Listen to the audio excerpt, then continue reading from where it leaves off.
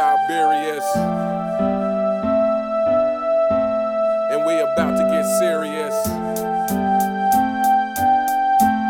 It's the real Siberius, making fanboys furious. Hello, YouTube, and welcome to The Real Siberius. On this episode, I want to talk about, are there leaders in the NBA? So this is actually a question that Uncommon Sense posed to me on one of my comments in his videos. And I have to say, I think most teams appear to be better off when their superstar is off the court. I think this is in part, likely in large part, due to the fact that superstars of today are not leaders. They don't lead by example or merit. They appear to lead based off the size of their contract, and given that many of them have nothing to show in defense of their inflated contract, such as multiple rings or MVPs or extended periods of dominance, their leadership is sorely lacking. How does one lead others to something they have never accomplished themselves? I've said it before, and I'll keep saying it. You cannot be a benchmark for others to live up to when you have failed to live up to the benchmark set before you. Most superstars today have a high usage percentage, and this requires their teammates to constantly feed them the ball, which in most cases stymies the role player's game. When the superstar is off the court, it opens up the possibilities for others to score. It opens up the offense to a more creative execution. It allows others to shine. A superstar offense is me-focused. A team offense is we-focused. When you take away the we, you limit the options. Jordan is a shining example of removing the me and focusing on the we, and the benefits of doing so. When the Bulls focused all of their offense on Jordan, he was viewed as the guy who won scoring titles but didn't win championships. Even Jordan was resistant to the change at first because he thought to himself, I don't want Bill Wennington to have the ball with 5 seconds left. He had to learn to trust his teammates, but he also had to learn to lead them to be better. As Kobe said, this doesn't simply mean passing them the ball. It means inspiring them to be better than they thought they could be. Leadership is sacrifice. It's sacrificing your accolades and praise for the betterment of those you're leading, for the ultimate goal. If you're only worried about you winning, you can't win as a collective whole. If you want to win, we can't win. I was a terrible leader. I didn't want to bear the burden of others' failures, but that's what leadership is. A true leader absolves you of your failure and takes it upon themselves. They do it to assuage your pain. They bear the burden for you. It's not only taking accountability for yourself, it's also taking accountability for those you are leading. Their failures are your failures. And if you're doing it correctly, their successes are their successes and not yours. It's Jordan always acknowledging Pippen and saying he was the best teammate he ever had. It's him saying there wouldn't be a Michael Jordan without Scottie Pippen. Does he win without them? Perhaps not. Did they win without him? Absolutely not. But he's a great leader, so he builds them up and it doesn't diminish or hurt him because he isn't seeking validation. He was seeking victory and he got what he was after.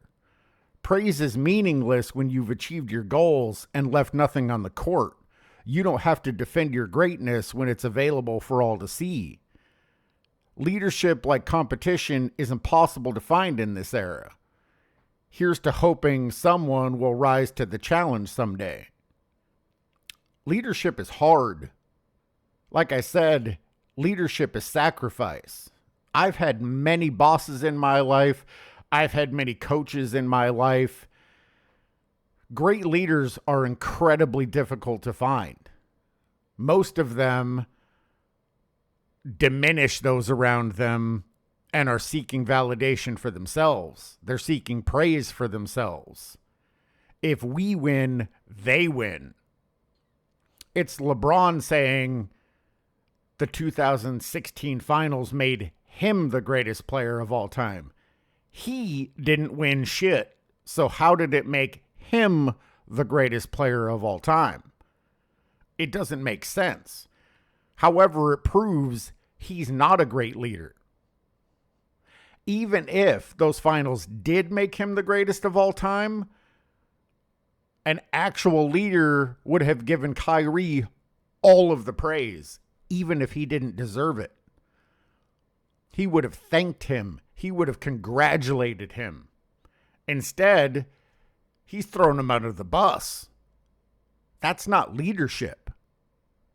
In one of Uncommon's recent videos, he was showing a clip, and LeBron said, they're a championship level team right there. We're not. Any great would never be able to say that. And they wouldn't be able to say it because the simple fact that they themselves are on the team makes them a championship level team. But you can only think that if you believe it, and LeBron doesn't. How could the quote-unquote greatest player of all time say another team is a championship level team and the team with the greatest player of all time isn't? That doesn't make any fucking sense. You're either the greatest or you're not. Also, the greatest player of all time would not constantly remind people that they're 41 years old and that they don't have enough help. Because the greatest player of all time wouldn't use their age as an excuse and wouldn't need more help because as a leader, they would make their teammates better. And again, like Kobe said, that doesn't mean just passing them the ball. It means inspiring them to be better than they thought they could be. I suppose leadership is like rivalries and competition. They're nowhere to be found in the modern era. I don't know where this shit's gone. I don't know where this mindset has gone. But I'm beginning to fear it's not coming back.